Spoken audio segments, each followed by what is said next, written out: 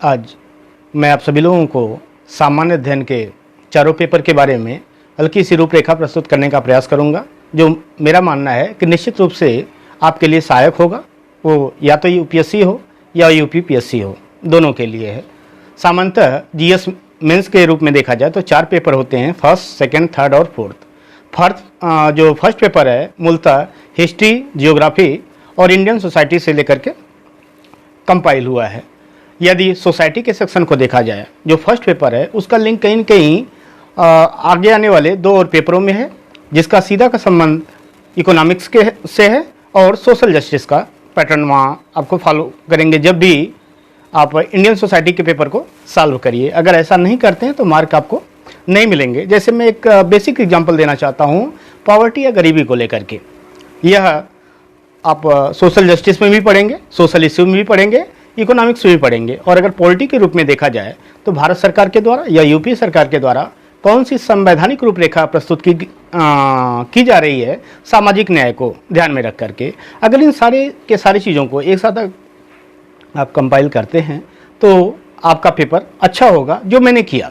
और साथ ही साथ इस चारों पेपर की एक जो मेरी विशेष रणनीति थी, वह रणनीति यह थी कि हर पेपर में जहाँ तक संभव हुआ मैंने या तो सर्कल का प्रयोग किया, या तो ट्रायंगल का प्रयोग किया, या आयत का प्रयोग किया। जैसे अगर किसी भी चीज़ के, जैसे गांधी जी की विशेषता को लेकर के क्वेश्चन आया या गांधी की वर्तमान प्रासंगिकता को लेकर के क्वेश्चन आया, तो उसमें कई आयाम होते हैं। जैसे वर्ग समन्वय है, महिला सशक्तिकरण की चीज़ें हों, या अमीर और गरीब, उच्च वर्ग और निम्न वर्ग, सबको एक साथ लेकर के चलने की प्रक्रिया हो।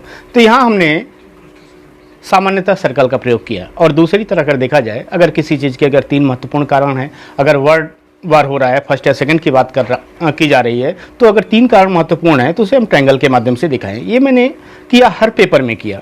साथ ही साथ जहाँ तक संभव हुआ कि फर्स्ट पेपर को मैंने थर्ड पेपर से जोड़ने का प्रयास किया। थर्ड पेपर में विशेष करके जहाँ साइंस टेक का मामला आया या इकोनॉमिक्स का मामला आया, और आपदा प्रबंधन को मैंने जियोग्राफी से जोड़ने का प्रयास किया। तो पूरे जीएस को अगर आप देखें, अगर चारों पेपर को एक साथ अगर जोड़ नहीं सकते हैं तो कभी भी आपको मार्क्स नहीं मिलेगा। हो सकता है मुझसे बहुत सारे ऐसे विद्यार्थी होंगे जो मेंस और इंटरव्यू दे रहे हों, वो मुझसे बेहतर जानते हों और बेहतर करने की क्षमता भी रखते हों, लेकिन कहीं न कहीं मुझे लग रहा है जो मेंस कला है लिखने की, वो चार्ट और डायग्राम की कला है। अगर आप इसे जोड़ पाते हैं तो यह कहीं न कहीं बेहतर होगा आपके लिए। अगर कुछ बेसिक बुक्स के बारे में कहा जाए तो हर इंसान ये बोलता जरूर है सिलेक्शन होने के बाद एनसीईआरटी फॉलो करिए, तो मैं उसका अपवाद नहीं हूँ। विशेष करके मैंने 2 एनसीईआरटी विशेष रूप से फॉलो किया, हिस्ट्री और जियोग्राफी को। साथ ही साथ पॉलिटी के 6 लेके 8 तक एनसीईआरटी। इसके अलावा मैंने किसी भी एनसीईआरटी को फॉलो नहीं किया। उसका एक महत्वपूर्ण रीजन था, मुझे 3 साल दिल्ली रहने का जो अनुभव हुआ, जो मेरे टीचर थे उन्होंने बहुत कुछ अच्छा दिया है। जैसे उन अध्यापकों में अगर नाम लेना चाहूँ तो कुमार गौरव सर से मैंने जियोग्राफी स्पेशली बहुत कुछ सीखा कि जियोग्राफी को पूरे मैप और चार्ट में कैसे कन्वर्ट करें और उसका जीएस में कैसे प्रयोग करें, उसका मैंने प्रयोग किया। और हिस्ट्री जो शुरू से ही लगता था एक दुरूह विषय है, हम कैसे इसे लर्न करें, तो यह कला हमें सिखाई द स्टडी आईएएस के फाउंडर मणिकांत सिंह सर ने। यह 2 महत्वपूर्ण पहलू था जो मुझे लगता था सबसे टफ है। इसके अलावा मैंने जो रणनीति अपनी अलग की, वह विजन आईएएस के जो मंथली करंट अफेयर था उसे कंटिन्यू फॉलो किया। इसके अलावा वनली आईएएस, राज्यसभा टेलीविज़न और बीबीसी हिंदी, ये 3 अन्य स्रोत थे जिसके माध्यम से मुझे लग रहा है कहीं न कहीं क्वालिटी जो इम्प्रूव हुई, इनका बहुत बड़ा योगदान रहा। एक और सुझाव आप लोगों को देना चाहूँगा कि अगर आप चाहते हैं कि इस एग्ज़ाम में जल्द से जल्द तैयारी करके फिनिश करें, तो मैं अपने ही एक मित्र मानवेंद्र सिंह का एग्जाम्पल दूंगा। हम लोगों ने 3 महीने साथ पढ़ाई किया था और उसका फर्स्ट अटैम्प्ट में प्रीलिम्स, मेंस और इंटरव्यू तक पहुंचा।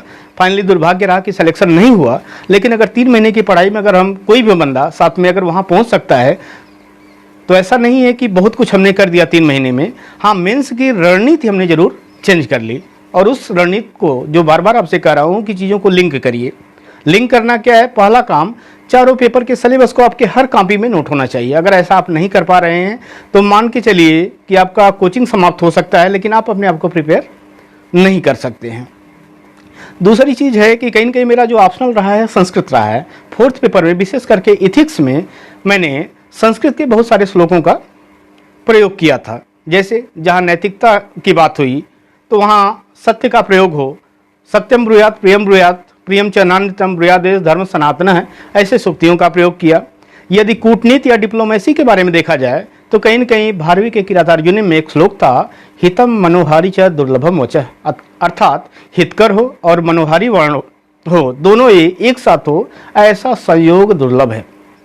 तो इस तरह की यदि हम सूक्तियों का प्रयोग करें तो हमारा निबंध का सेक्शन हो या जीएस का सेक्शन हो, दोनों में हम बेहतर कर सकते हैं। कहीं न कहीं जो मुझे लगा कि शुरुआत के 2-3 अटेम्प्ट में फेल होता रहा, सफलता नहीं मिली, उसका एक रीज़न था कि मैं प्रैक्टिस बहुत कम करता था पेपर का। तो अगर प्रीलिम्स चाहते हैं तो प्रीलिम्स की रणनीति मेंस से पूरी तरह अलग होती है। प्रीलिम्स क्वालिफाई करना चाहते हैं तो आपको ये ध्यान रखना होगा कि आप कितना अधिक से अधिक पेपर सॉल्व करते हैं। साथ ही एक मंथली कम से कम मैगजीन जरूर फॉलो करिए, जैसे मैंने किया विजन आईएएस और यूपी पीसीएस जब भी दिया प्रीलिम्स या मेंस तो मैंने घटना चक्र को फॉलो किया, वो मेरे लिए बहुत ही सहायक हुआ। यूपीएससी के लिए मैंने केवल विजन आईएएस को फॉलो किया और कुछ भी अतिरिक्त नहीं किया, ओनली आईएएस के अतिरिक्त। तो यह रही एक सामान्य रणनीति, कहीं न कहीं जो पेपर को आप कैसे बेहतर कर सकते हैं। इथिक्स के जितने सेक्शन हैं, इथिक्स को मैं चाहूँगा बार बार आप, हो सकता है वहाँ कबीरदास जी के दोहे का उपयोग कर दीजिए, तुलसी के रामचरितमानस की पंक्तियाँ यूज कर दीजिए, और संस्कृत में एक बुक है जो है नीति शतकम भर्तृहरि की।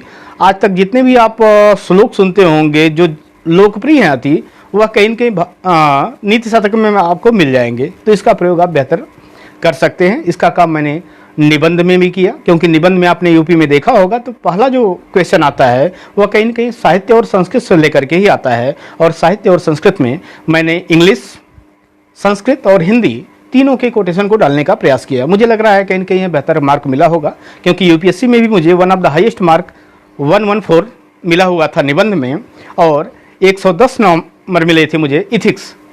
तो मुझे लगा कि मैंने अतिरिक्त जो किया, चार्ट और डायग्राम के अतिरिक्त, वो संस्कृत का प्रयोग किया।